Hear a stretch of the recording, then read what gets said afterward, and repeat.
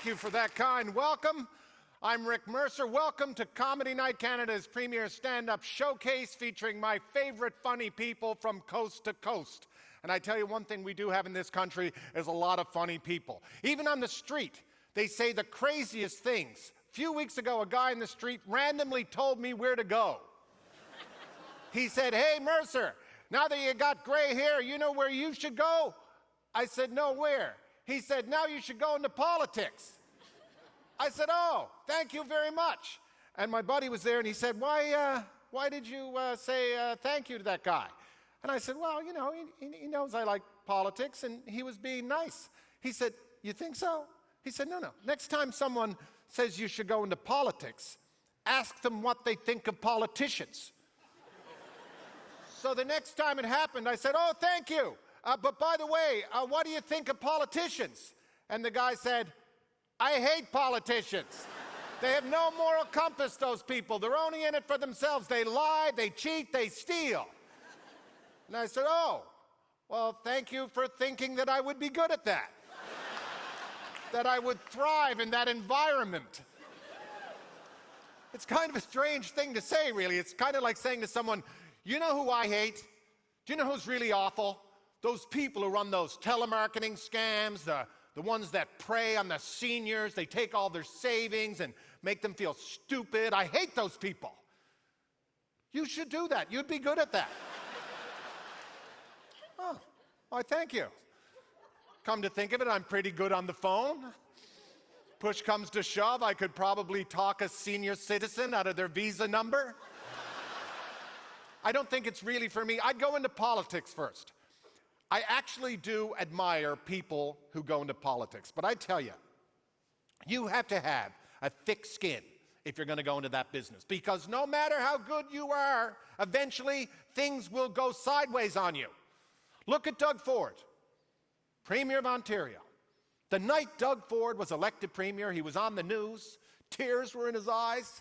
He said it was the greatest night of his entire life, and he meant it. I could tell he meant it. He was never so happy.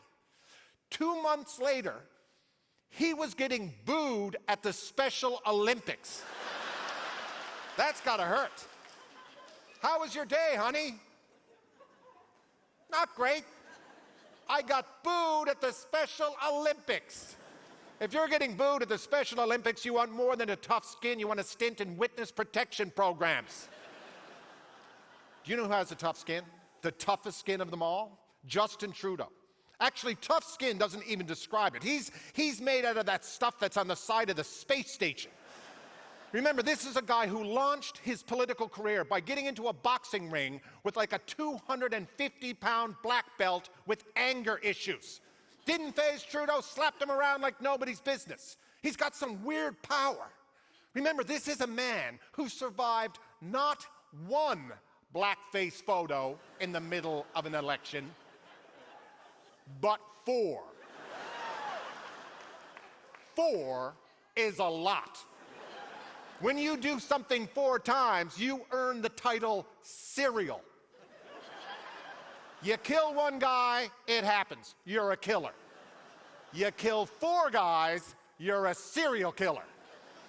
And you know what serial technically means? It means you're going to do it again. 4 blackface photos.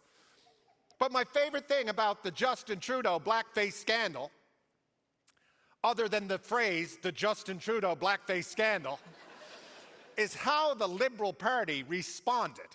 You know, you can only imagine the shockwaves that hit the party brain trust when they saw that first photo, and then the second one, and then the third one.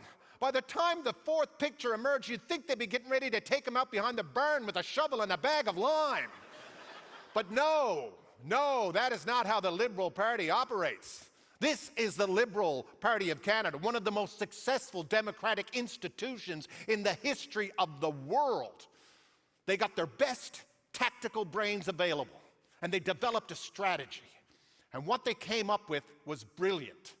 They said, "Okay, we know he's in all those pictures, but don't worry, he's not racist.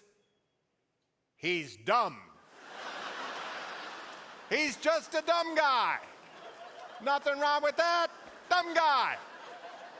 Brilliant. Brilliant, because if he's racist, that disqualifies him from being PM. But if he's just a dumb guy, that put him right in the middle of the pack. He went on, got reelected, formed another government. He is impervious to scandal.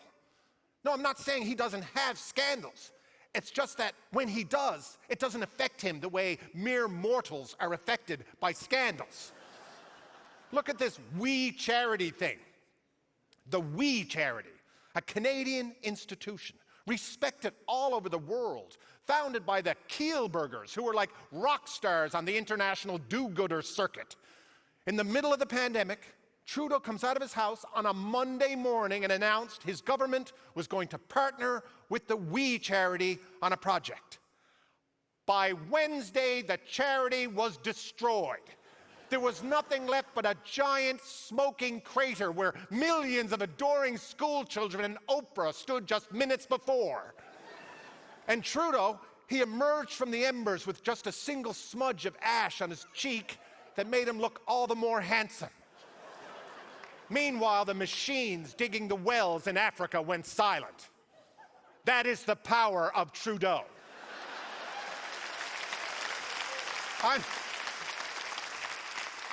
I'm just glad he didn't come out of his house that Monday and say he was going to take part in the Terry Fox run. No. Politics is a tough business. I could never do it. The most I would do is raise money for a political party. It's easy. All you got to do is call up a senior citizen and talk them out of their visa number. Our next guest and I toured across Canada together, and I got to tell you, it was amazing to watch him destroy every room. Then he'd go out and do a great show.